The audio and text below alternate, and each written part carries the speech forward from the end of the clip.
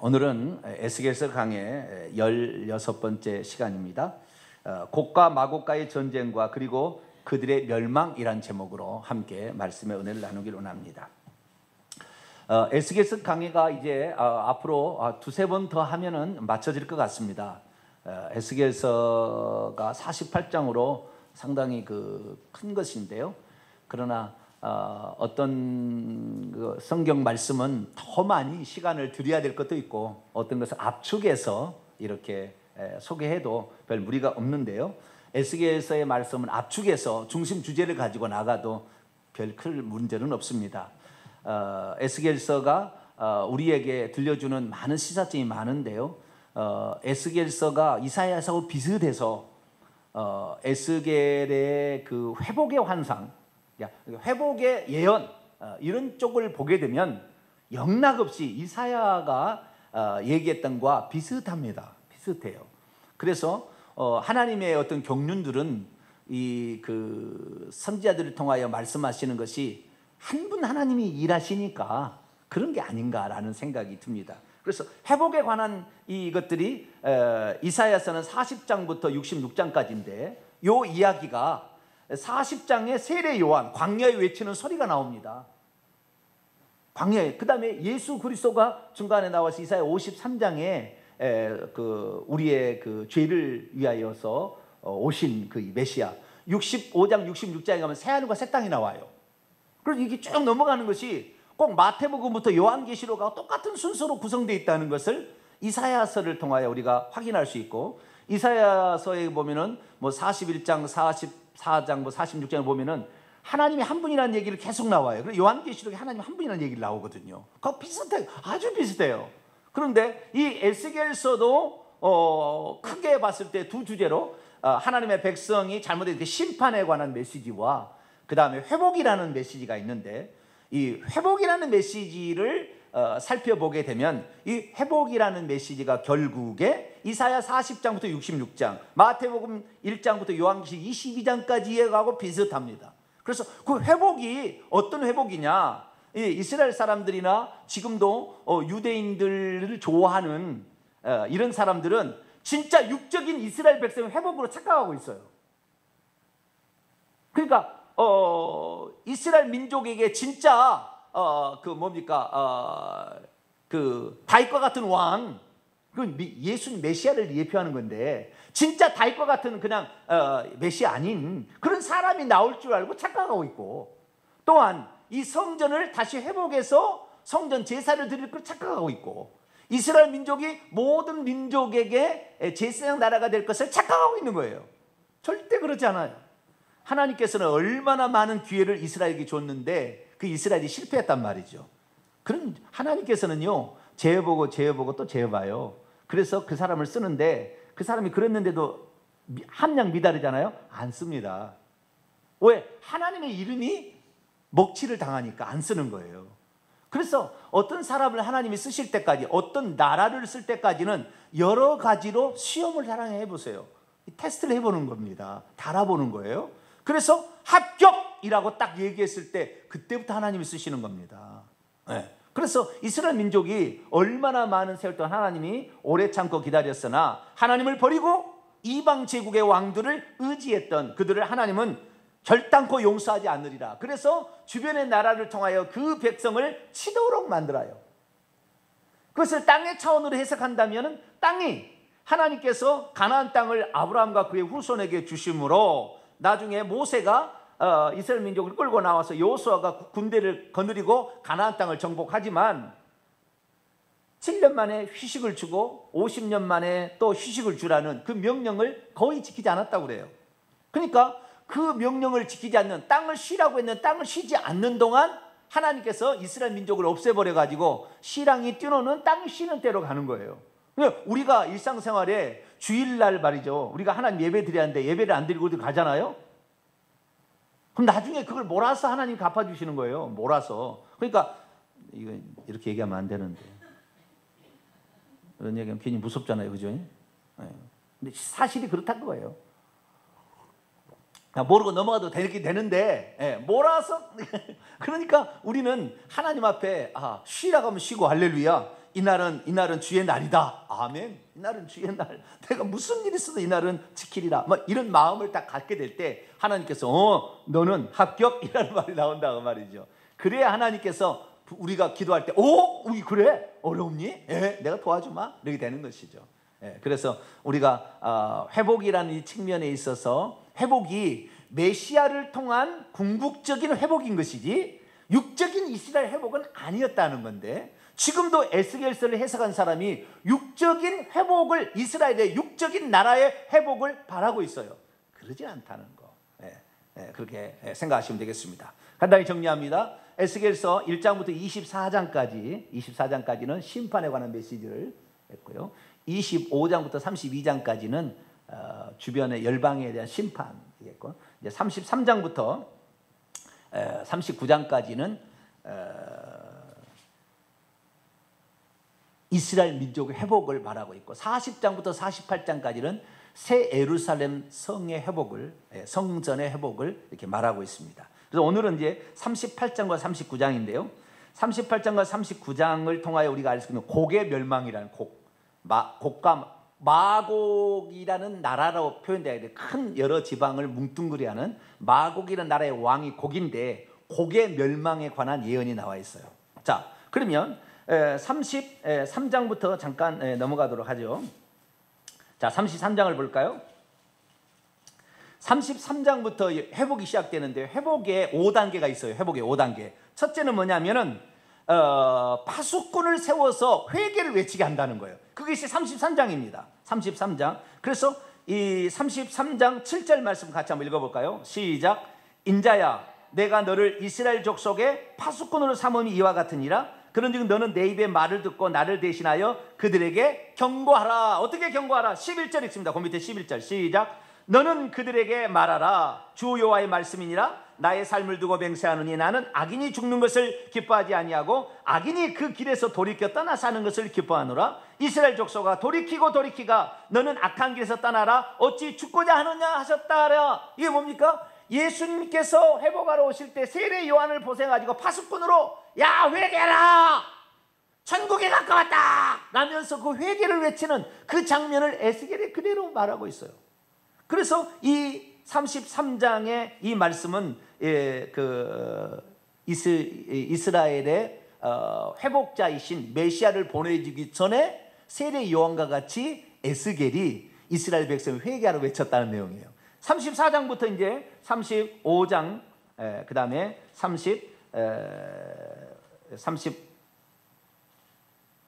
35장까지, 34하고 35장까지는 선한 목자를 통한 회복을 가리키고 있어요. 첫째는 뭐예요? 파수꾼의 외침을 통한 회복. 이건 세례 요한의 회복이고요. 둘째, 그 다음에 선한 목자를 통한 회복이에요. 선한 목자는 누구냐? 하나님이 내가 목자가 되어서 간다고 그랬다고요. 내가. 그러니까 이스라엘 민족의 회복을 어떤 위대한 사람을 또 하나 세워서 회복시키는 것이 아니라 하나님이 직접 가서 회복하겠다. 그래서 우리는 이 에스겔서의 말씀에, 에스겔서 회복의 말씀을 궁극적인 회복이라고 얘기를 하는 거예요. 자, 그러면 어떻게 회복을 시키느냐? 34장 11절과 15절 두 구절 읽습니다. 시작. 주 여호와께서 이같이 말씀하셨느니라. 나곧 내가 내 양을 찾고 찾되. 15절. 내가 친히 내 양의 목자가 되어 그것들을 누워있게 할지라. 주 여호와의 말씀이니라. 선한 목자가 24절 보게 되면 꿀을 먹이고 높은 산에 들어서 평화롭게 살 수 있는, 그래서 양은 푸른 초장과 맑은 시냇 물가로 인도하는 선한 목자, 선한 목자를 통한 회복. 선한 목자는 요한복음 10장에 보니까 누구예요? 예수 그리스도를 상징하는 거죠. 그래서 예수 그리스도 누구냐? 목자였던 예표가 있으니 그 예표가 다윗입니다. 구약에 목자였던 예표. 하나님을 목자라고 표현한 유일한 사람 다윗. 이 다윗이 바로 이스라엘의 선한 목자처럼 살았어요. 그래서 장차 보내줄 메시아도 다윗의 후손으로서 목자로 올 거다 예언했습니다. 자, 34장 23절로 24절까지 한번 읽어볼까요? 시작. 내가 한 목자를 그들 위에 세워 먹이게 하리니 그는 내 종 다윗이라. 그가 그들을 먹이고 그들의 목자가 될지라. 나 여호와는 그들의 하나님이 되고 내 종 다윗은 그들 중에 왕이 되리라. 나 여호와의 말이냐. 아까 누가 온다고 그랬죠? 내가 간다고 그랬죠. 34장 15절에 내가 가서 내 양의 목자가 된다고 그랬죠. 그런데 나중에 뭐라고 했어요? 내가 목자가 되어서 누구를 보내준다? 다윗을 보내준다. 그럼 다윗이 누구라는 거예요? 예수님을 의미하는 거니까 예수님 누구라는 거예요? 하나님이란 거예요. 하나님이란 거. 그러니까 이사야서 읽어보더라도 하나님이 나밖에 없다. 내가 구원자다. 내가 처음이요 마지막이라. 이렇게 얘기하는데 요한계시록 보면은 예수님께서 나는 처음이요 마지막이라 이렇게 얘기한다고 말이죠. 그래서 우리는 이 이사야서를 통하여서 이 하나님께서 구약에는 여호와로 나타나셔서 일하셨지만 신약에는 누구로? 예수님으로 오셔서 활동하셨다는 거예요. 그래서 우리가 삼위일체보다도 보다 정확한 성경적인 견해는 이렇게 생각하시면 돼요. 자, 하늘에서는 하나님이 한 분이세요. 뭐라고요? 한 분. 한 분이신데 이분이 천지만물을 창조하시고 사람들에게 말씀하러 오셨어요. 영으로 오셨어요. 이분이 여호와예요. 여호와. 근데 이분이 뭐라고 약속했느냐? 장차 죄인된 인류를 구원하기 위해서 메시아를 보내주겠다 이렇게 약속했다는 거예요. 그런데 그것이 누구냐 찬찬히 봤더니 하나님이 대신 오신 분이에요. 그 이사야서 9장 6절에 나와 있어요. 우선 그거 읽고 넘어가도록 하죠. 자, 이사야 9장 6절. 이사야 9장 6절은 신구약 성경을 아우르는 전무후무한 아주 그냥 뭡니까? 완전히 꿰뚫는 말씀이에요. 꿰뚫는 말씀. 이 말씀처럼 중요한 말씀. 하나님에 대해서 공부하려면 이사야 9장 6절을 알아야 돼요. 이 말씀을 모르면 하나님을 모르는 거예요. 신론을 공부를 다시 해야 되는 거예요. 그러니까 신구약 성경을 통틀어서 하나님이 누군지를 딱 설명했냐면 이사야 9장 6절입니다. 읽겠습니다. 시작. 이는 한 아기가 우리에게 낳고 한 아들을 우리에게 주신 바 되었는데 그의 어깨는 정사를 메었고 그의 이름은 기묘자인 모사라 전능하신 하나님이라 영존하시는 아버지라 평강의 왕이라 할 것임이며. 이 한 아기 근데 아들로 하나님 보내준다고 했는데 그분이 누구냐면 기묘자인 모사. 이 기묘자인 모사란 말이 보혜사란 말입니다. 그래서 예수님께서 내가 조금 있으면 갔다가 떠나간다, 조금 있으면 보혜사 성령을 보낸다 했는데 조금 있으면 나를 보리라 그랬다. 그러니까 보혜사 성령으로 예수님이 오신 거예요. 그러니까 우리 안에 들어오신 보혜사가 누구라고요? 예수님이라는 거죠. 그래서 한 분 하나님께서 이 땅에 육신을 입고 오실 때는 아들 예수님으로, 그리고 다시 가셔서 보혜사 성령을 보내시는데 그분이 예수님 자신이다라는 사실을 우리가 확인할 수가 있는 것이죠. 그런데 이사야서나 이 에스겔서나 동시에 그 보내주실 그 메시아의 표상을 다윗이라고 표현한다는 거예요. 자, 이사야 9장 7절 말씀 봐봐요. 7절. 이사야 9장 7절 읽습니다. 시작. 그의 정사와 평강의 더함이 무궁하며 또 다윗의 왕자와 그의 나라에 군림하여 그 나라를 굳게 세우고 지금으로 영원히 정의와 공의로 그것을 보존하실 것이라 만군의 여호와의 열심히 이를 이루리라. 그래서요, 하나님께서 마음에 합한 자라 단 한 사람을 했어요. 다윗한테. 내 마음에 합한 자다. 그건 뭡니까? 얼마나 하나님이신 예수님을 닮은 사람이 이 땅에 다윗처럼 닮은 사람은 없다 그 말이잖아요. 다윗처럼. 왜? 여호와의 그 여호와를 하나 목자로 생각해서 그분을 노래하고요. 참 여호와는 나의 목자시니 내가 부족함이 없어. 그가 나를 푸른 초장에 누시고 쉴 만한 물가로 인도하십니다. 원수의 목전에 내게 상을 베푸시고 충분히 내게 상을 주시는데 내 잔이 넘칩니다. 나의 평생의 선하심과 인자심이 정녕 나를 따르니 내가 여호와의 집에서 영원히 살리로다. 좀 그런 찬송을 했다고요. 그리고 하나님의 집을 지어주잖아요. 그가 하나님의 집, 하나님이 거하실 집을 지어주잖아요. 그것이 예수님이 이 땅에 오셔서 성령이 거하실 교회를 만드시는 거죠. 그래서 그대로 우리에게 그것을 표현해 주고 있기 때문에 우리는 다윗이 메시아의 가장 완전한 표상이다. 요한계시록에서도 이 인간의 이름을 예수님의 명칭에 붙이는데 오직 한 가지, 다윗의 자손이요 뿌리라 이렇게 얘기하시므로 다윗을 하나님께서 아주 높이 평가해 주십니다. 다윗은 범죄도 했고요, 나쁜 놈입니다. 아주 남의 부인을 뺏어가지고 아직 애도 안 난 남의 집 부인을 말이죠. 그러니까 이제 신혼인 것 같아요. 그 부인을 뺏어다가 자기 마누라로 삼고 또한 그 남편을 전장터에 보내가지고 죽이잖아요. 나쁜 놈이 하죠. 그 나쁜 놈인데 중요한 건 뭐냐면은 회개를 했다는 거예요. 회개를. 이 시편 51편 보면은 회개를 했는데 이 시편 6편 보면은요, 요가 둥둥 떠다니도록 회개했대요. 요가 둥둥 떠다니도록 얼마나 회개를 많이 했는지. 그래서 회개하면 다 용서가 된다. 예, 이것이 구약 성경이에요. 내가 이 회개치 아니하고 숫소를 드리면 하나님이 기뻐할 줄 알 거냐? 그런 줄 아니다. 하나님께서는 그런 형식적인 제사 안 받고 마음의 중심에 통해하는 심령을 받으신다. 할렐루야. 그래서 회개라는 것을 구약에서 가장 잘 한 인물이에요. 세 사람 인물의 한 사람이에요. 다윗이 그 회개를 알았어요. 잘못해도 우리가 넘어질 수 있잖아요. 네, 넘어질 수 있어요. 사람인지라. 그러나 그는 회개를 통하여 회복을 했다라는 것입니다. 그래서 다윗과 같은 목자를 보내준다 했고요. 그래서 두 번째 회복은 선한 목자를 통한 회복. 이게 두 번째 회복이고, 세 번째 회복은 내주하시는 성령을 통한 회복이에요. 6장으로 넘어갑시다. 36장 26절로 27절 읽습니다. 성령을 내주하시는 성령을 통하여 회복이야. 그러니까 결국에는 하나님의 회복은요, 교회를 세우는 겁니다. 교회를 세워서 회복하는 거예요. 세례 요한이 와서 메시아 온다 해서 메시아가 십자가의 선한 목자로서, 선한 목자는 양들의 목숨을 버린다, 요한복음 10장에 그렇게 말하잖아요. 그래서 우리를 위해서 속죄제물로 죽으시고, 내가 가면은 떠나가신 너희에게 유익이라, 내가 가지 아니하면 보혜사가 너희로 오지 아니할 것이요, 내가 가면 내가 그를 너희에게 보내리니. 그래서 성령을 위해 보내신데, 그 성령이 교회 가운데 들어와서 우리를 회복하니까 성령의 인도를 잘 따라가야 우리가 회복이 되는 겁니다. 자, 36장 26절로 27절 말씀, 26절 27절 시작. 또 새 영을 너희 속에 두고 새 마음을 너희에게 주되 너희 육신에서 굳은 마음을 제거하고 부드러운 마음을 줄 것이며, 또 내 영을 너희 속에 두어 너희로 내 율례를 행하게 하리니 너희가 내 규례를 지켜 행할지라. 아멘. 우리 가운데 성령이 들어와야 하나님의 율법을 온전히 지키게 됩니다. 십계명을. 성령이 없으면 십계명을 지키는데 너무 힘들어. 성령이 우리 안에 들어오면은 부모를 공경 안 하라고 해도 공경하게 돼요. 죄를 보면은 이건 죄야, 이거 하지 말아야 돼라고 이 죄를 이게 튕겨. 안 돼, 들으면 안 돼. 이렇게 할 수 있는 게 뭐, 성령이 우리 안에 충만히 들어 있어야 이게 가능하다는. 그래서 이 회복은, 이스라엘 민족의 그 회복은 결국에 영적 이스라엘 민족을 만드는 건데, 영적 이스라엘 민족은 교회다.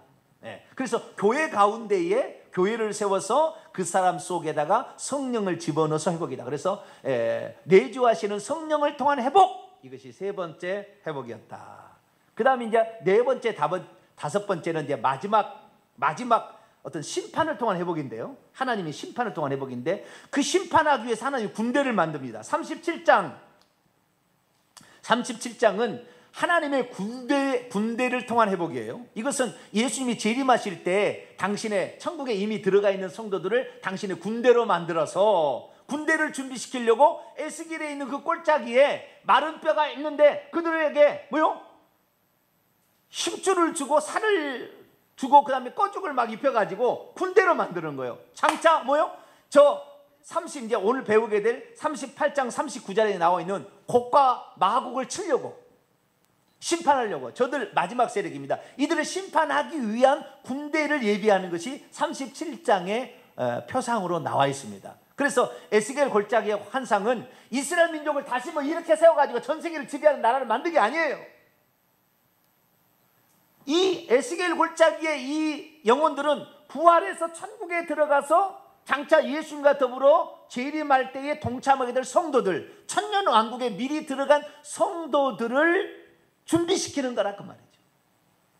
그것을 37장에 말하고 있어요. 이제 38장은 39장까지 뭐냐면 곡과 마곡의 전쟁, 이게 아마겟돈 전쟁인데요. 이것은 악의 세력을 물리침을 통한 회복이에요. 따라서 악의 세력을 물리침을 통한 회복. 물리침을 통한, 이것이 바로 아마겟돈 전쟁으로 요한계시록에 나와 있습니다. 그래서 여기에 있는 패턴은 요한계시록 패턴을 따라가게 되는데요. 아마겟돈 전쟁, 이것이 바로 곡과 마곡과 전쟁과 동일한 전쟁입니다. 이것은 제가 했던 요한계시록 강의 보면은 우리 홈페이지에 보면 잘 있습니다. 자세히 나와 있으니까 그건 읽어보시고요. 그래서 곡과 마곡은 이것은 악의 세력인데, 이 악의 세력이 어떻게 되냐면은 기본적인 포맷을 제가 가르쳐 드릴게요. 자, 세례 요한이 나왔고요. 그 다음에 예수님이 선한 목자로 오셨어요. 양들을 위해서 목숨을 버리는 선한 목자로 오셨죠. 그리고 죽으셨어요. 죽으심으로 깨끗하게 먼저 해야 됩니다. 그 다음에 성령을 주거든요. 다시 에스겔서 36장을 봐봐요. 25절을 볼까요?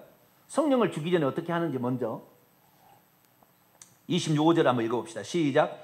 맑은 물을 너희에게 뿌려서 너희로 정결하게 하되 곧 너희 모든 더러운 것에서와 모든 우상 숭배에서 너희를 정결하게 할 것이다. 그래서 예수 그리스도의 피로, 선한 목자 대신 예수 그리스도의 피로 정결하게 한 다음에 성령을 보내주십니다. 그럼 성령이 들어가 있는 사람의 공동체를 뭐라고 부르죠? 성령이 들어가 있는 사람들의 공동체를 뭐라고 불러요? 교회라고 부르죠. 교회라고. 자, 고린도전서 3장. 이 이스라엘 민족의 회복, 그것은 새 이스라엘 민족의 회복인데, 이 새 이스라엘 민족의 회복은 성령을 통한 회복이에요. 근데 성령 자체가 하는 게 아니고 성령이 사람 속에 들어가서 그 사람을 통하여 회복을 시키는 겁니다. 비록 교회가 좀 타락하기도 하고 나쁜 것도 있긴 있지만 교회를 통하여, 그래서 오늘날에 뭐요? WCC나 WEA를 탈퇴하고 교회를 빠져나와라, 개인 예배를 드리라는 것은 교회를 해치는 거예요. 그건 하나님의 회복을 스스로가 허물어뜨리는 거란 말이에요. 절대 이런 것에 휘둘리지 마세요. 아시겠죠? WCC나 WEA는 친교 목적의 그냥 단체예요.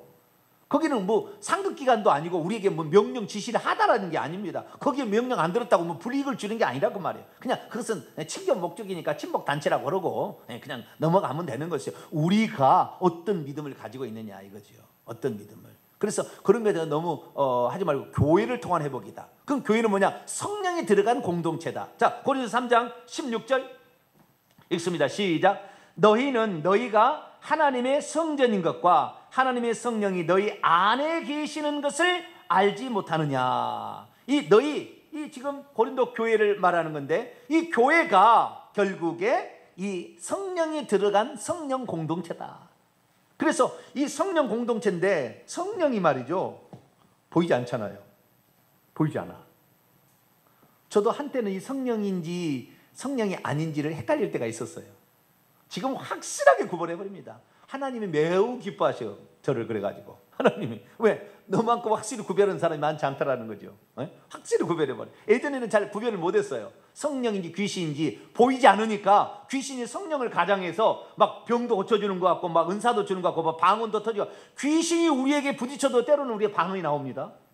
왜냐하면 그 영에 충격을 가하면 이 방언이 터지거든요. 성령이 오실 때에 우리의 영에 충격을 줘서 방언이 터집니다. 그러듯이 귀신이 올 때도 방언이 터질 수가 있어요. 그럴 수 있습니다. 그래서 무슨 은사 집회, 치유 집회 한다는 데 가서 막 욱 떨어지고 말이요, 물면 막 넘어가, 이런 데 가요 귀신이 거의 역사하는 건데, 이런 데 가서도 방언이 터져요. 그 방언이 귀신 방언은 아닙니다. 다실의 영이 말하는. 만약에 귀신 방언한다면 귀신은 그 사람의 혀를 써요. 그래서 꼭 뱀이 말하듯이요, 뱀의 혀가 나오듯이 혀가 빽뻑 빠져가지고요 하면서 방언한다. 침을 막 흘리면서 한다고요. 이건 귀신 방언이에요. 그렇지 않는 방언은 귀신 방언이라 하지 마세요. 우리의 영이 말하는 거예요. 우리 영이 말하는 거니까 혹시 그런 잘못된 데서 은사 집회 가서 방언을 받았다 할지라도 너무 걱정할 필요는 없습니다. 방언으로 하면 되는데, 근데 그 성령이 어떤 분이냐라는 거, 어떤 분이냐. 그래서 이 성령이 누군지를 정확히 알아야 돼. 그 성령은 결국에 예수 그리스도다. 내가 가면 너희에게 다시 오리라. 그러면서 성령을 오셨으니까. 그래서 성령은 요한복음 14장부터 16장까지 정확히 나와 있는데, 여기에 보면은 성령은 예수님을 증언하는 영이요, 예수님의 하신 말씀을 생각나게 하시는 영이다.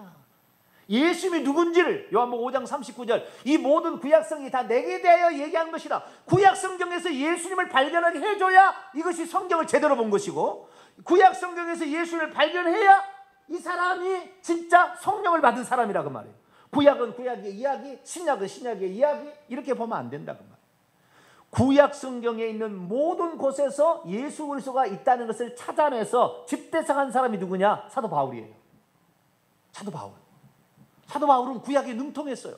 그런데 그가 예수 그리스도를 다메섹 도상에서 만날 때까지는 예수님에 대해서 잘 몰랐어요. 구약은 구약 성경이라 예수님 저거 때려 죽일 놈, 이런 생각했다고 말이에요. 그 예수님 누군지를 모르니까. 그래서 아라비아 광야에 가서 내가 그동안에 성경을, 구약 성경을 달달달 암송하는, 내가 정말 이 가말리엘의 최고의 수제자인데 내가 뭘 받던가. 왜냐하면 예수님께서 다메섹에서 나와가지고 사울아 사울아 네가 왜 나를 박해하느냐. 나는 박해한 적이 없는데 당신을. 뭐요? 교회를 박해하는 거. 왜? 예수님은 교회의 머리고 교회는 그의 몸이니까. 몸을 다치게 할 때 머리가 아픈 것은 당연하죠. 너가 너와 애를. 그래서요, 교회를 그때 봅니다. 예수님이 들어가 있는, 예수님을 머리로 움직이는 공동체, 이게 교회구나. 그래서 에베소 1장에 교회는 그의 몸이니 만물을 충만케 하시는 자의 충만합니다. 이런 표현을 그가 쓰게 된 것이죠. 그래서 성령을 통한 이 회복인데, 이 성령을 회복을 통하여 그 다음에 회복된 사람이 천국에 미리 들어가서 예수님 재림할 때 군대로 준비되어 있어요. 이 사람들이 37장에 에스겔 골짜기의 군대였다. 이제 오늘 본문에 들어옵니다. 38장, 39장인데요. 이 39장은 악의 무리를 심판하심으로 회복한다라는 거예요. 그 악의 무리의 심판은 아마겟돈 전쟁이에요. 아마겟돈 전쟁. 그래서 이 아마겟돈 전쟁은 인류 최후의 전쟁이라고 일컬어지는 전쟁이고요. 이 전쟁은 악의 무리가 총체적으로 달려들어서 하나님의 백성인 교회를 치는 거예요. 교회를. 아시겠죠? 교회를 치려고 달려드는데 하나님께서는 교회를 치는 것을 용납하지 않아요. 교회를 치는 것을. 물론 어떤 순교자의 숫자가 어느 정도 될 때까지는 하나님께서 그 몇 사람은 해야게끔 하나. 아시겠죠? 10일 동안 환난을 받지나, 그러나 계속해서 받게 하지는 않아요. 그래서요, 마지막 때 가게 되면은 이 적그리스도가 이제 등장하게 될 텐데, 이 적그리스도는 이제 직접 사단이 올라와서 이제 쓸 때가 있어요. 그럼 그때 되면은 다시 순교자가 막 나옵니다. 그리스도인들에게 많은 순교자가 나올 텐데, 그때에 이 순교자가 나올 때 그리스도인들을 많이 보호해 주십니다. 기적적인 방법으로.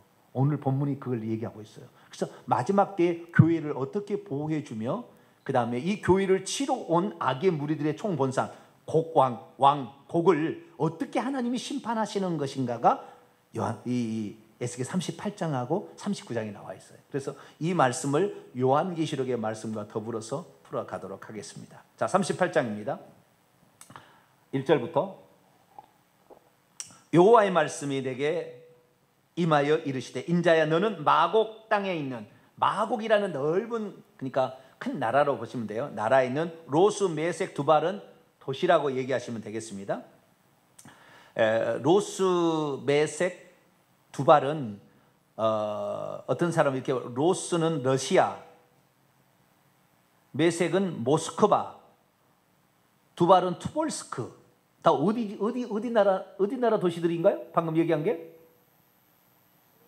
소련, 구소련. 구소련을 의미하는 거잖아요. 거기에서 왔다고 하는데 상당히 일리가 있어요. 성경에서 지금까지 등장하는 모든 나라들, 과거에 바벨론이라는 나라가 올 것이고, 아수르라는 나라가 올 것이고, 애굽이라는 나라가 올 거라고 다 얘기했죠. 이들을 통하여 이스라엘 민족을 치고 막 한다고 얘기 나와 있잖아요. 그대로 다 실현됐거든요. 그런데 지금까지 로스, 메색, 두발이라는 도시에 있는 마곡 땅의 곡이라는 왕이 이스라엘 나라를 진정히 존재하지 않아요. 한 번도 이런 일이 없어.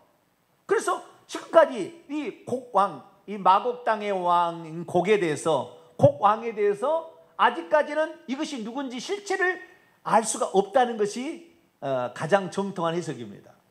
이건 미래적 해석이라고 봅니다. 그러니까 이것은 인류 최후에 있을 마지막 전쟁을 아마겟돈 전쟁이라고 요한계시 얘기하는데, 그 아마겟돈 전쟁을 표현한 것이 아니냐라는 해석인데요. 저도 거기에 상당히 동의를 합니다.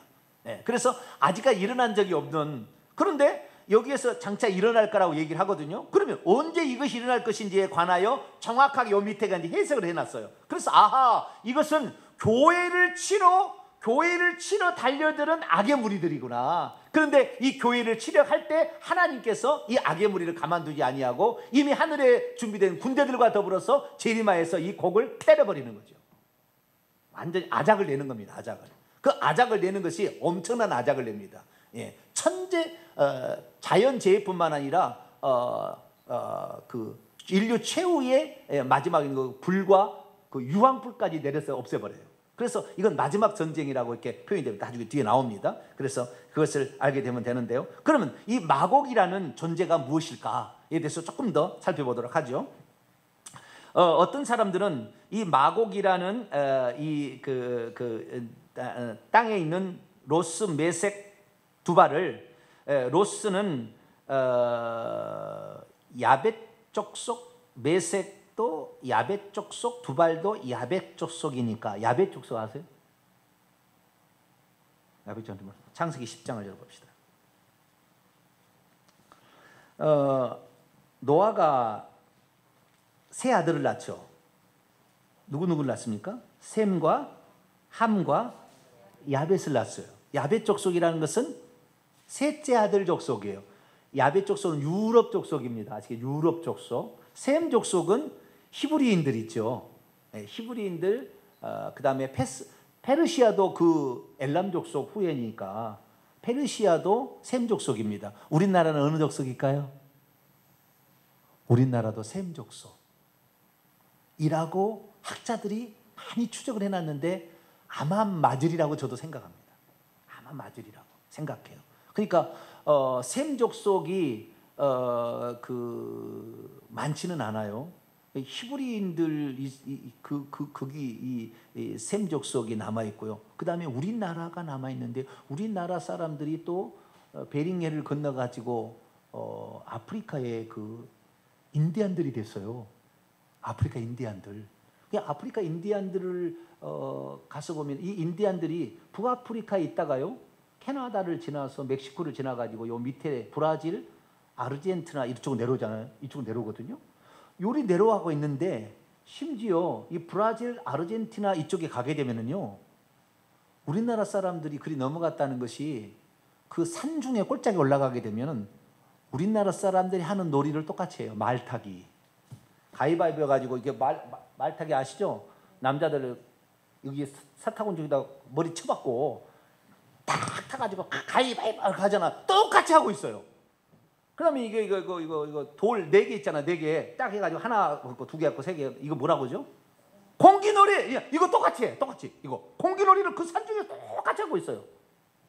그 다음에 또 선을 그어가지고 여자들 이렇게 갔다가 깨금발로 갔다가 하나, 둘, 셋 뭐 이렇게 하는 거 있잖아요. 뭐 넘어갔다가 획 벌었다가 뭐 그런 거 있잖아요. 그럼 뭐라고요? 좌우지간 여자들 그거 그대로 하고 있어. 그 다음에 구슬치기 하시죠?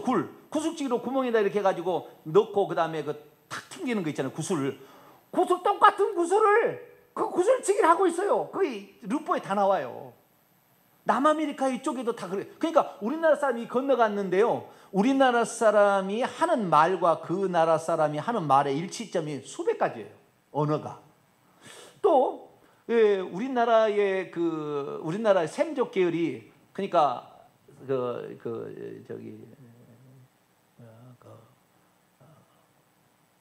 이스라엘 나라 쪽에서 동쪽으로 이동하다가 양쪽으로 흩어진 데가 있거든요. 이동하다가 인도의 최남단에 가면은 어떤 부족이 있는데 그 부족이 신라 밑에 있는 가야 나라에 시집을 와요. 가야 나라로 시집을 와. 허황옥이라고 하는 사람이 시집 오게 되는데, 그 나라 있잖아요. 인도의 그 남부 지방에 그 지역이 있는데 내가 정확히 이름 모르는데 그 지역에 언어 가면은 나는 나고요, 너는 너고, 어머니는 엄마고요. 거의 똑같아요. 그 언어가 거의 똑같아가지고 인도에 가가지고 한국 사람인 줄 알고 착각한다는 거예요. 한국말로 너무 가까워가지고. 그러니까 셈족이 군데군데마다 조금씩 남아있는 데가 있는데, 그래도 대한민국은 그래도 가장 많은 어떤 뿌리를 가지고 있는 5,000년의 역사를 가지고 있는, 중국은 함족속입니다. 중국은 함족속이에요. 우리 셈족속 아닙니다. 그런데 어쨌든 야벳 족속, 셈족속은 하나님의 언약 백성이 이 셈족속이고, 그 다음에 함족속은 구스, 미스라임, 붓, 가나, 그러니까 아프리카, 가나안 족속, 아프리카 족속, 이런 족속들이 바로 약간 검은 흑인 계열의 이쪽이 이제 함족속이고, 야벳 족속은 백인 족속입니다. 야벳 족속은, 셈 족속은 이렇게 황인족이고요. 이런 비슷한 겁니다. 다 얼씬하지 않지만 그렇게 되는데 야벳 족속 가운데 봐봐요. 창세기 10장입니다. 2절입니다. 읽겠습니다. 시작. 야벳의 아들은 고멜과 마곡과 마곡 아까 나왔잖아요. 마곡과 마대와 야완과 두발과 메섹과 디라스. 여기 보니까 두발, 메섹, 마곡이라는 말이 나오죠. 그죠? 이것은 최소한 그래서 이 많은 사람들이 이 로스, 메섹, 두발은 야벳 족속을 말하는 거다. 야벳 족속. 이 야벳 족속은 유럽 족속이니까 유럽 족속 중에서도 완전히 이제 그 유럽 쪽으로 이쪽 가쪽은 족속이 아니라 북쪽으로 올라간 유럽 족속이라고 그래요. 그래서 북쪽에 있는 나라의 유럽 야벳 후손을 가리키는 겁니다. 그들이다라는 건데 이들이 연합군을 조직해 가지고 이스라엘 민족을 치러옵니다. 이 이스라엘 민족은 지난번에도 얘기했지만 이미 바벨론을 통해서 멸망을 당했죠. 포로로 끌려가고 나머지 이제 약한 사람들 이런 사람이 남아 있었는데요. 이 사람들이 시간이 지나자 다시 도시를 형성하게 되는데 이들은 이미 이제 나라를 쳐서 없앴기 때문에 이 나라에 대해서 누가 거들떠보지 않기 때문에 이 나라는 평화로운 나라가 돼요. 그래서 가축을 기르고 그 다음에 성을 쌓고 이렇게 자연스럽게 살아가고 있는데 이런 것들을 보면서 이 곡이라는 나라가 이게 성경에 처음 나온 거예요. 이런 곡이라는 이름이 한 번도 안 나와요. 창세기 10장에는 안 나오는 거예요. 처음 나오는데 이 곡이라는 족속이 와가지고 연합군을 조직하는데 셈 족속만 아니에요. 동서남북에 있는 다른 야벳 족속, 셈 족속, 함 족속을 다 어우르는 이런 연합군을 펴서 한 7개의 나라가 연합군을 펴가지고 이 평화롭게 이제 멸망했다가 다시 이제 이렇게 평화롭게 살고 있는 나라를 치러온다고 말이 나오거든요. 자, 그 밑에 또 봅시다. 3절 이르기를 주 여호와께 이같이 말씀하시 로스와 메섹과 두바랑 고가 내가 너를 대적하여 너를 돌이켜 갈고리로 내 아가리를 꿰고. 어디서 많이 들어봤죠? 이 29장 4절에 보면 애굽왕을 하나님께서 갈고리로 아가리를 깬다고 말이 나오잖아요. 그러니까 갈고리로 그 아가리를 깬다는 것은 거대한 그때 탄닌이라고 해가지고 바다의 큰 괴물처럼 엄청난 세력을 형성하는 애굽을 지칭한다고 그랬잖아요. 그러니까 이 곡이라는 왕도 전 세계 연합군을 조직해가지고 엄청 거대한 힘을 지금 갖추고 있는 가상의 어떤 국가를 말하는 거죠. 가상의 국가. 이것을 나중에 아가리를 꿰서 교회를 치러오게 새 이스라엘을 치러오게 하겠다는 거예요. 그런데 그들이 어떻게 오냐면은요, 엄청난 기마병대입니다. 너는 너와 말과 기마병 곧 내 온 군대를 끌어내되 완전한 갑옷을 입고 큰 방패와 작은 방패를 가지며 칼을 잡은 큰 무리와 그들과 함께한 방패와 투구를 갖춘 바사, 구스, 붓, 그 다음에 고멜. 자 보세요. 바사라는 것은 셈 족속입니다. 페르시아는 엘람, 셈의 첫째 아들이 엘람이거든요. 엘람 족속이 바사는. 그러니까 이 셈 족속이고요. 이건 동쪽에 있어요. 동쪽. 아까 로스, 메섹, 두발은 북쪽에 있는 야벳 족속이고 이 바사는 동쪽에 있는 셈 족속입니다. 그 다음에 고멜, 그리고 고멜과 그 모든 때와 북쪽 끝에 도갈마 족속. 도갈마 족속은 터키족이라고 보통 알려져 있고요.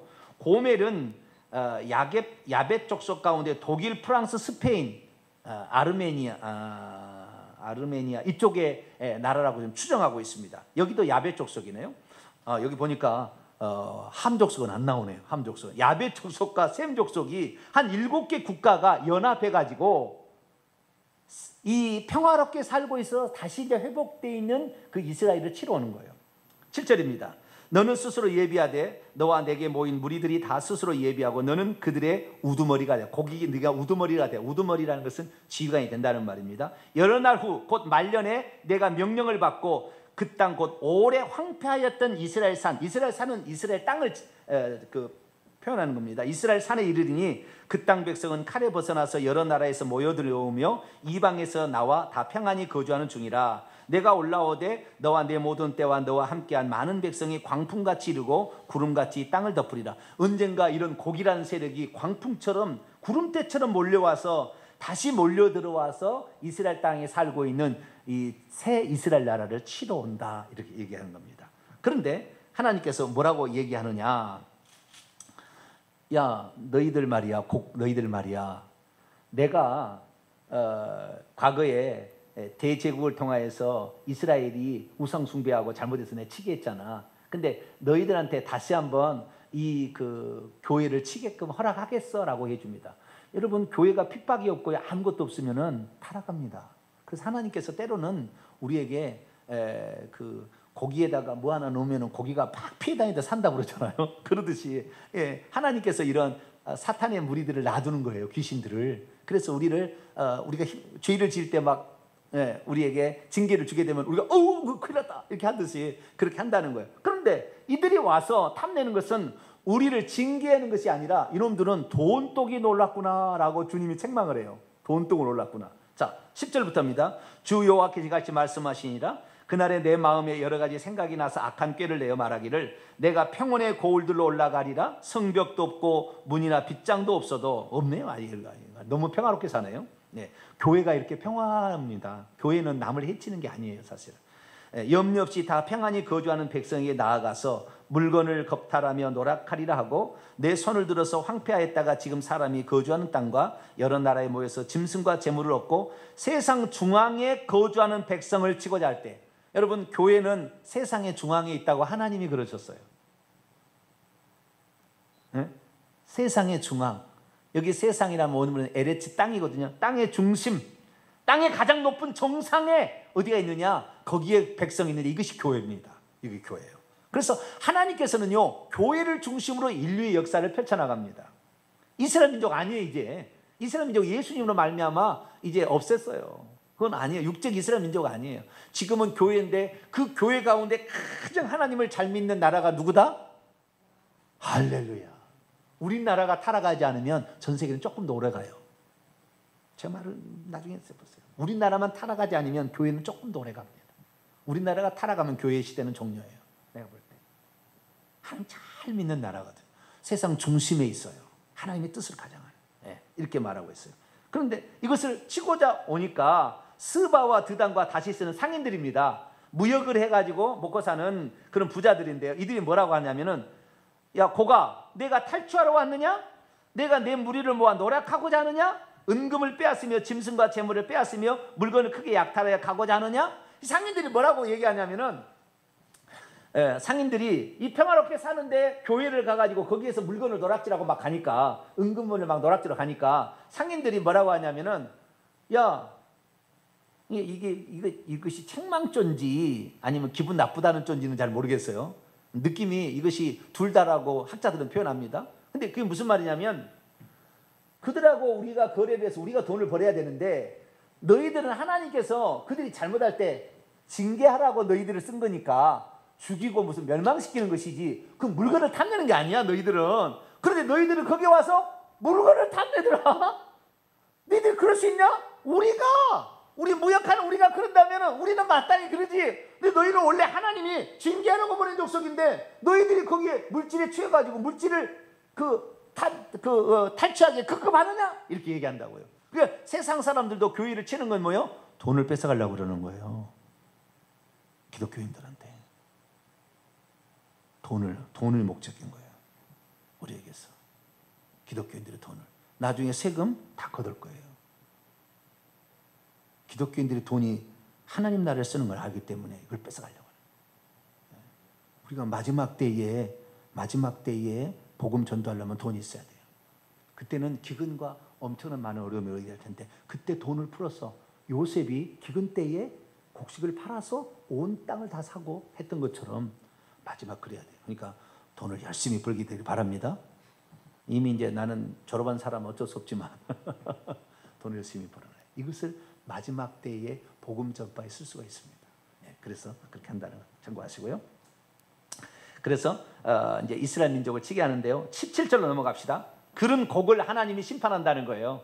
마지막 교회를 치러 온 그 존재를 내가 가만두지 않겠다는 거예요. 어떻게 치느냐? 18절 그날에 곡이 이스라엘 땅을 치러 오게 되면 내 노여움이 내 얼굴에 나타나 교회를 치는 것을 나는 허용하지 않는다는 거예요. 내가 질투와 19절 맹렬한 노여움으로 말하였거니와 그날의 첫째는 큰 지진으로 치는데요. 뭘로 친다고요? 큰 지진으로 이스라엘 땅을 흔들어 버리는 거예요. 이스라엘. 그러면요 20절 보세요. 바다의 고기, 공중의 새, 들의 짐승, 땅에 기는 벌레, 집 있는 모든 사람. 그다음 뭐예요? 생명체잖아요. 하늘과 땅과 바다에 있는 모든 생명체가 내 앞에 하나님 앞에서 떨 것이며 모든 산이 무너지며 절벽이 떨어지며 모든 성벽이 땅 위에 무너지리라. 마지막 때 주님이 오시기 전에 대지진이 일어납니다.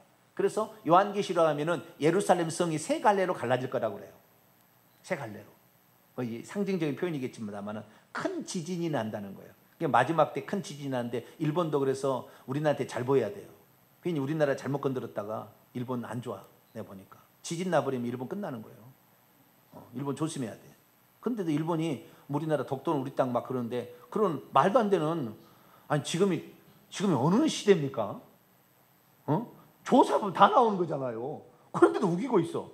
그럼 문명국가라는 나라가 참 나는 그랬어요. 야, 참 희한하다. 세상이 참 희한하다. 지금 다 뒤져보면 다 나오는데 왜 그것을 그렇게 거짓말로 할까? 좀 위험합니다. 위험해요.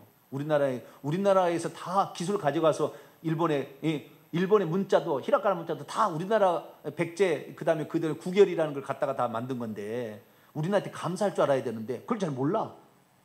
감사할 줄 몰라 이거. 이제야 비로소 교제를 끊는다고 하니까 이제는 아이고 한국 사람 관광 오세요. 우리 굶어 죽게 생겼어요. 막 그런다잖아요 지금요. 일본 사람 지금 잘 모르는데 그건 좀 착각하는 거예요. 자, 큰 지진으로 친다. 21절 칼로 친대. 두 번째는 칼, 전쟁이죠. 마지막은 전쟁입니다.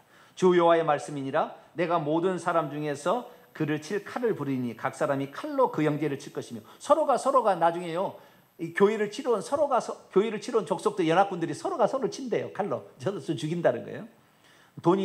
돈을 더 많이 뺏어가려고 네가 더 많이 가냐 내가 더 많이 가냐 막 그런 싸우는 모양이죠. 22절 전염병과 피로 또 심판한대요. 전염병 피. 칼 전염병 피. 피라는 것은 엄청난 많은 어떤 살육을 말하는 거잖아요. 전염병과 피. 그 다음에 폭우와 큰 우박등이 하늘에서 내려오는 천재지변이죠. 그 다음에 불과 유황. 불과 유황은 어디서 나오느냐면요. 귀신에게서 나오는 거예요. 요한계시록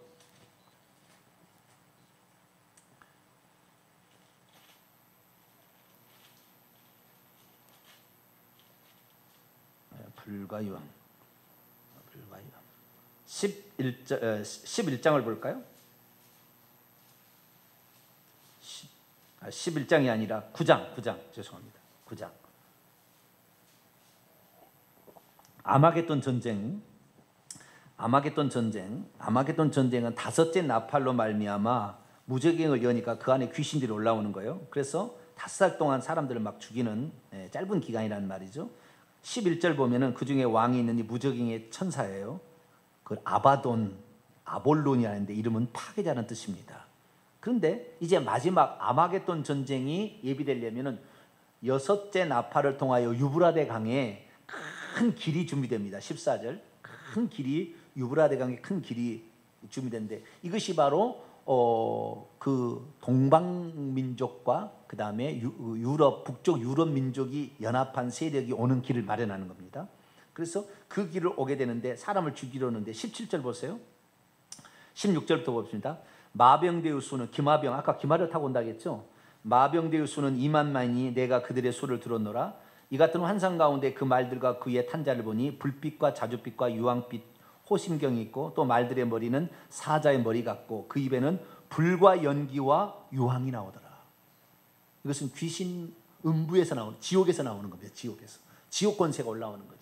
그래서 마지막에 불과 유황이라는 이런 말들은 귀신들도 합세해서요 마지막에 발악을 하는 겁니다. 그래서 이 세상의 악의 무리들과 귀신들인데 그때에 그 지옥불에 있는 그 권세로 하나님이 치는 거예요. 그래서 소돔과 고모라를 불과 유황이 내려서 멸망을 시키죠. 그게 마지막 시대의 예표입니다. 불과 유황 동성하게 할 때 하나님 친다라는 거 불과 유황으로. 그래서 하나님이 치는 마지막의 심판의 무기는 불과 유황인데요. 그 불과 유황이 나오는 그들을 오히려 불과 유황으로 때려서 그들을 사로잡는다라는 것을 말하고 있죠. 그래서 교회를 치러 온 백성들에게서 하나님은 예수 그리스도께서 하늘에 있는 군대들과 더불어서 와서 침으로 끝낸다라는 것을 여기서 말하고 있습니다. 자, 요한계시록 19장으로 넘어갑니다. 그래서 아마겟돈 전쟁의 끝이 어떻게 되는가를 볼까요? 똑같습니다. 똑같은데요. 똑같은데 여기를 보고 그 다음에 네스겔로서 승리하도록 하죠. 19장 11절부터 백마를 타고 오신 예수 그리스도께서 성도들과 함께 14절 하늘에 있는 군대들, 이게 천사들입니다. 천사들, 그 다음에 성도들과 함께 백마를 타고 오게 되는데 15절에 그 입에서 나오는 칼로 만국을 칩니다. 이 만국이 바로 곡이라는 나라죠. 곡이라는 나라를, 곡이라는 왕, 마곡이라는 나라를 치게 됩니다. 철장으로 치게 되는데 그때 어떻게 되느냐? 그때의 상황이 17절부터 나와 있는데 17절부터 똑같은 것이 에스겔서 39장에 똑같이 나와요. 좀 이따 볼게요. 얼마나 똑같아 버린지. 먼저 여기를 봅시다. 17절, 요한계시록 19장 17절. 또 내가 보니 한 천사가 태양 안에서 공중에 나는 새를 향하여 큰 음성으로 외쳐 이르기를 하나님의 큰 잔치에 모여라. 왕들의 상과 살과 장군들의 살, 육체와 장사들의 육체, 말들과 그것을 탄 자들과의 살과 자유인들과 종들과 작은 자나 큰 자나 모든 연합군이 몰려와서 이 아마겟돈 전쟁을 일으킨다. 이들이 다 죽어서 하나님이 죽여버리는 거예요. 입에서 나오는 칼로, 영적인 무기겠죠. 칼로 죽여버리는데 그때 모든 새들이 와서 뜯어먹을 만큼 엄청난 많은 수가 죽는다는 거예요. 19절, 내가 보면 그 짐승과 땅의 임금들과, 그 짐승은 적그리스도겠죠. 땅의 임금들과 그들의 군대들이 모여 그 말탄 자와 그분의 군대와 더불어 전쟁을 일으키다가 짐승이 잡히게 되고 그 앞에서 표적을 행하던 거짓 선지자도 함께 잡혔으니 이는 짐승의 표를 받고 그의 우상에게 경배하던 자를 표적으로 미혹하던 자라. 이 둘이 산채로 유황 불붙는 못에 던져지고 그 나머지는 말탄 자의 입에서 나오는 검에 죽으리니 죽은 자, 이 말탄 자의 분 예수님이죠. 예, 모든 새가 그들의 살을 배불리다. 자, 에스겔 39장 봐봐요. 17절부터 그 군대가 연합군의 군대, 곡이라는 마곡 군대라고 봐야 되겠죠. 곡이 이끄는 마곡 군대가 마지막 전쟁을 일으켜야 되는데 하나님께서 그들을 아까 지진과 대지진과 전염병, 칼 뭐 이런 것을 친다겠죠. 불과 이왕으로 친다고 그랬는데 그때 얼마나 많이 죽어버느냐? 엄청 많이 죽어가지고 17절 18절 읽어봅시다. 시작. 주 여호와께서 이같이 말씀하셨는 너 인자야, 너는 각종 새와 들의 각종 짐승에 이르기를 너희는 모여오라. 내가 너희를 위한 잔치 곧 이스라엘 산 위에서 예비한 큰 잔치로 너희는 사방에서 모여 살을 먹으며 피를 마실지어다. 너희가 용사의 살을 먹으며 세상 왕들의 피를 마시기를 바산의 살진 짐승 곧 순양이나 어린 양이나 염소나 숫송아지를 먹는 듯 하리라. 똑같죠. 똑같아요. 이것을 그대로 표현하고 있는 거예요.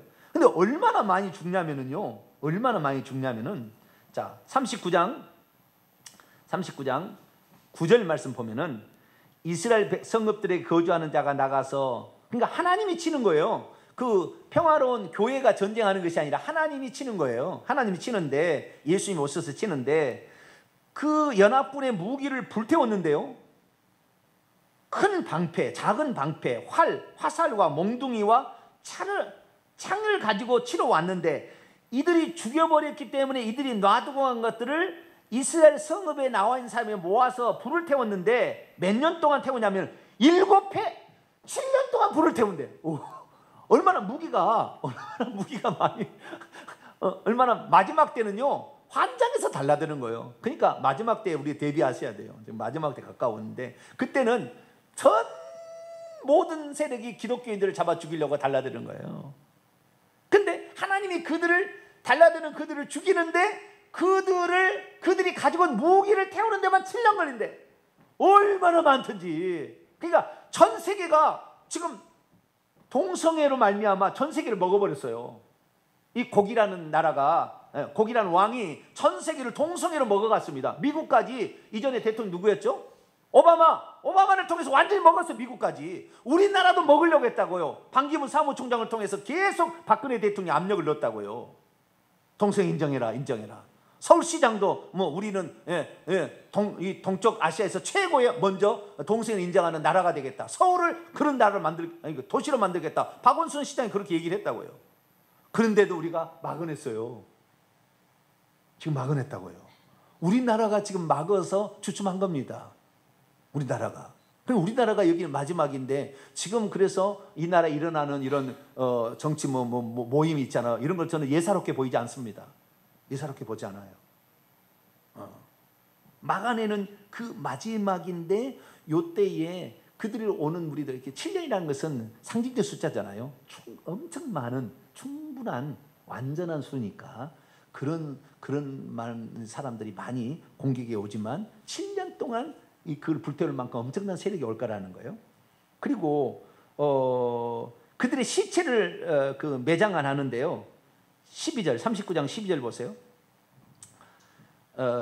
이스라엘 족속이 7달 동안에 그들을 매장하여 그 땅을 정결. 시체를 매장하는 데만 7달 걸린대요. 그래서 그들이 가져온 무기를 태우는 데만 해도 7년을 불태워서 이렇게 할 수 있대요. 엄청나죠? 네, 엄청나. 네. 그렇게 하는데 결국에 그 시체를 뜯어먹는 공중의 새와 들짐승들이 잔치를 연다잖아요. 잔치를.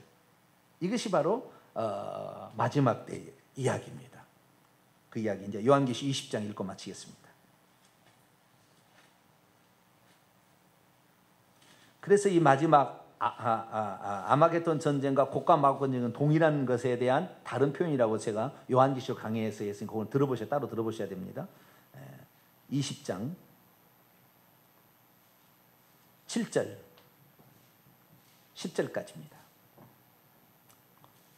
천년왕국이 그래서 이 땅에 존재하지 않아요. 이미 예수 그리스도의 부활 승천 이후에 천국에 올라간 성도들이 거기서 왕노를 하는 것을 천년왕국이라고 해요. 천년왕국이 끝나면 예수님 재림하시는데 7절 천년이 참회 재림 이제 하시는 거죠. 사단이 그 옥에서 놓여 땅에서 나와 땅의 사방 백성 곡과 마곡을 미혹하고 모아 싸움을 붙이리니 그 수가 바다의 모래 같으리. 정확히 표현하죠. 그들이 지면에 널리 펴져 성도들의 진과 사랑하시는 성을 두름에 하늘에서 불이 내려와 그들을 태워버리고 또 그들을 미혹하는 마귀가 불과 유황으로 타는 못에 던져지리니 거기는 그 짐승과 거짓 선자도 있어 세세토록 밤낮 괴로움을. 이거 잘못 번역한 거예요. 마귀가 불과 유황으로 타는 못에 던져졌다. 그곳에는 역시 짐승과 거짓 선지자도 던져졌다라는 말로서 동일한 사건에 대한 두 표현이라는 것이 여기에 헬라 원문상에 나옵니다. 그래서 마지막 때의 전쟁은 곡과 마곡과 전쟁인데 이것은 악의 세력의 총본산이 그리스도인들을 주기 위해서 교회를 사랑하시는 성도들의 진을 군대마다 있는 이런 교회들을 치기 위해서 올라오지만 하나님께서 직접 오셔서 그들을 처단하심으로 우리를 보호하시고요. 그들을 오히려 치러온 그들을 끝장낸다는 것이 성경입니다. 그래서 우리가 마지막 때에 죽는 사람, 순교하는 사람은 주의 종 몇 사람이지 다 죽는 거 아니니까 염려하지 마시고 돈을 잘 모아놨다가 그때 먹을 거 없는 사람들 예수 믿으러 오시라고, 교회로 오시라고 이렇게 해서 그때 마지막에 전도하는 그런 사람이 되기를 바랍니다. 기도하겠습니다. 거룩하신 하나님 감사합니다. 인류 최후의 전쟁, 아마겟돈 전쟁, 곡과 마곡의 전쟁이 에스겔서에 이미 기록되어 있습니다. 주님은 알파와 오메가이십니다.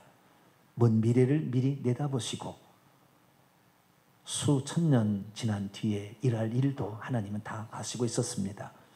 우리는 오늘 교회가 가장 평화로운 하나님의 마음에 합한 사람들인 줄 알고 이 교회 생활을 잘 감당하되 교회를 해치고 교회를 분해시키려고 하는 사람들을 따라가지 말게 하시고 끝까지 모여서 영적 싸움을 함으로 말미암아 우리 교회가 마지막까지 살아남다가 주님 오실 때 공중에 들려 올라가는 우리 모두가 되게 해 주옵소서.